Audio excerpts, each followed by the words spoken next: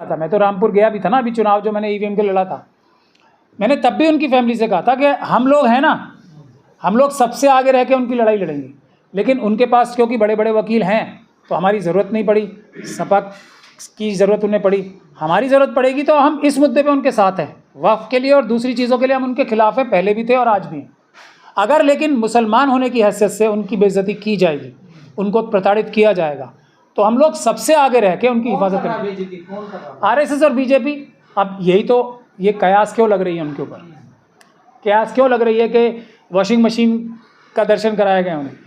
वो आरएसएस और बीजेपी नहीं किया ना, जैसे बहुत सारे ज्योतिरादित्य सिंधिया साहब, आरपीएन सिंह साहब, एक थोड़ी लंबी लिस्ट है, ये अजीत पवार साहब, शिंदे साहब, कितनी नाम गिनवाऊं मैं आपको? बीच की कड़ी कौन है? किसने समझौता है? कौन वॉशिंग मशीन तक लेके जाएगा इनको? कौन है वो बीच की कड़ी? मेरी जानकारी के हिसाब से तो वहाँ के अफसर ही बहुत हैं, और खुद सपा पार्टी के अंदर भी हैं जो वहाँ से एमपी जीत के आए हैं, वो स्वयं आरएसएस के एक आदमी हैं। ये तो लोग तो कह रहे हैं कि बसपा के इकलौते विधायक है उमा शंकर, उनका कहना कि रास्ता खुला हुआ है, और आजम खान की पत्नी का मायावती से मिलना, ये भी तो आंकड़े कयास लगाए जा रहे हैं। नहीं, मैं फिर वही बात कह रहा हूँ, ये अब इज्जत से रहेंगे किसी भी पार्टी में जाएं, चाहे बसपा में जाएं, क्योंकि वो उनकी अपनी इज्जत नहीं है, वो पूरी कम्युनिटी को रिप्रेजेंट करें, तब इज्जत से रहें। अपने पर्सनल मसले में किसी के हाथ जोड़ें, पैर पकड़ें, रोएं यहाँ से। मुझे ना दानिश अली साहब से कोई प्रॉब्लम थी ना किसी और से, लेकिन जब उनको मुस्लिम समाज के नाम पे प्रताड़ित किया जाता है, अगर वो लीडर हैं तो उन्हें कोई भी दुख हंसते हंसते झेलना चाहिए। किसी सपा से खिलाफत करेंगे ये? अब वो तो वक्त ही बताएगा आने वाला। नहीं, आपको क्या लगता है, सपा ने साथ नहीं दिया क्या इनका? मेरे ख्याल से जितना साथ देना चाहिए था सपा ने नहीं दिया, इसमें कोई शक और शुबे की गुंजाइश है ही नहीं, ना होनी चाहिए किसी के भी दिमाग, खास तौर पे। अखिलेश यादव कह रहे हैं कि मतलब हमारी सरकार बनेगी तो हम सारे केस वापस ले लेंगे। नहीं, वो देखिए, बड़ा सरकार बनाने बड़ा मैं ये कह रहा हूँ, इसको कोई एहसान नहीं किया करेंगे। वो उनकी पार्टी के सबसे बड़े नेता हैं। ये तो अगर उनके ऊपर झूठे केस, किसी एक आम आदमी पे भी अगर झूठे केस बनते हैं, तो किसी भी चुनी हुई सरकार की ये संवैधानिक जिम्मेदारी होती है तो वो केस वापस ले। तो अगर वो किसी के खिलाफ गैर कानूनी, तो इसको कोई एहसान के तौर पे नहीं दिखाया जाना चाहिए। अखिलेश यादव जी इतने सीनियर लीडर हैं, उनको थोड़ा समझदारी से भी काम लेना चाहिए। कोई एहसान नहीं है, वो तो किसी भी चुनी हुई सरकार की जिम्मेदारी होती है झूठे केसों को वापस कराना। अभी भी बयान में केस तो बाकी है ना?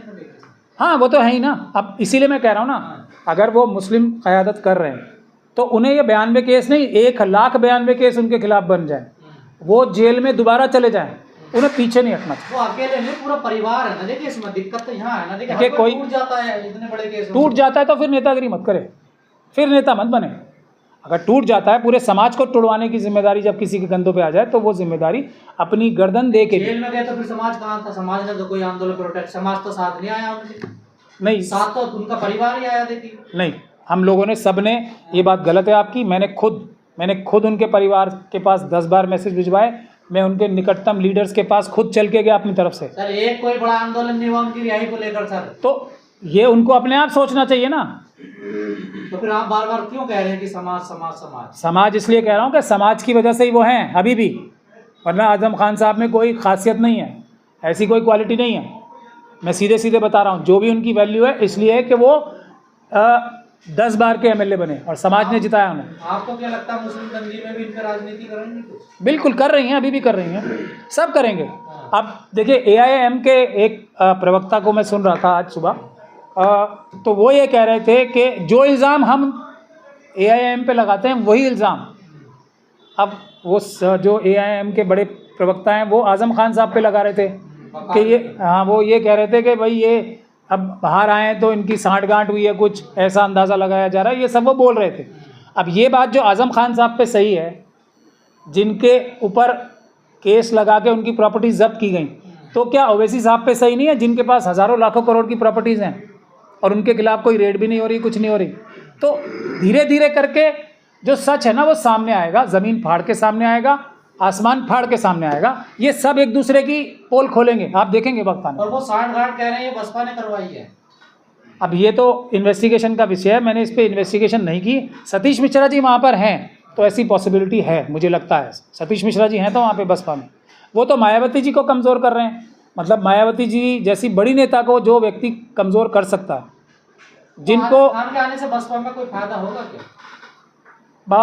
मुझे लगता नहीं है। अगर वो अपनी इज्जत बना के मुस्लिम समाज को बराबरी का हक दिलाएंगे किसी भी पार्टी में जाना, और बराबरी का हक का मतलब ये नहीं है वादा, पार्टी के अंदर पार्टी के पास जो भी पोस्ट है उसमें बराबर का हक वो दिलवाने में सफल होंगे तो उसके बाद मुस्लिम समाज वोट देगा, मेरे ख्याल से। मुझे ऐसा लगता है, वरना अभी तो मुस्लिम समाज एक तरीके से सपा के पास ही एकजुट है, लेकिन उसको वहाँ से निकालने के लिए कुछ एक्चुअली प्रैक्टिकल कुछ चीज़ टेबल पे रख के देनी पड़ेगी। सिर्फ वादों से काम नहीं चलेगा, ना किसी आजम खान साहब से काम चलेगा, ना किसी और से चलेगा।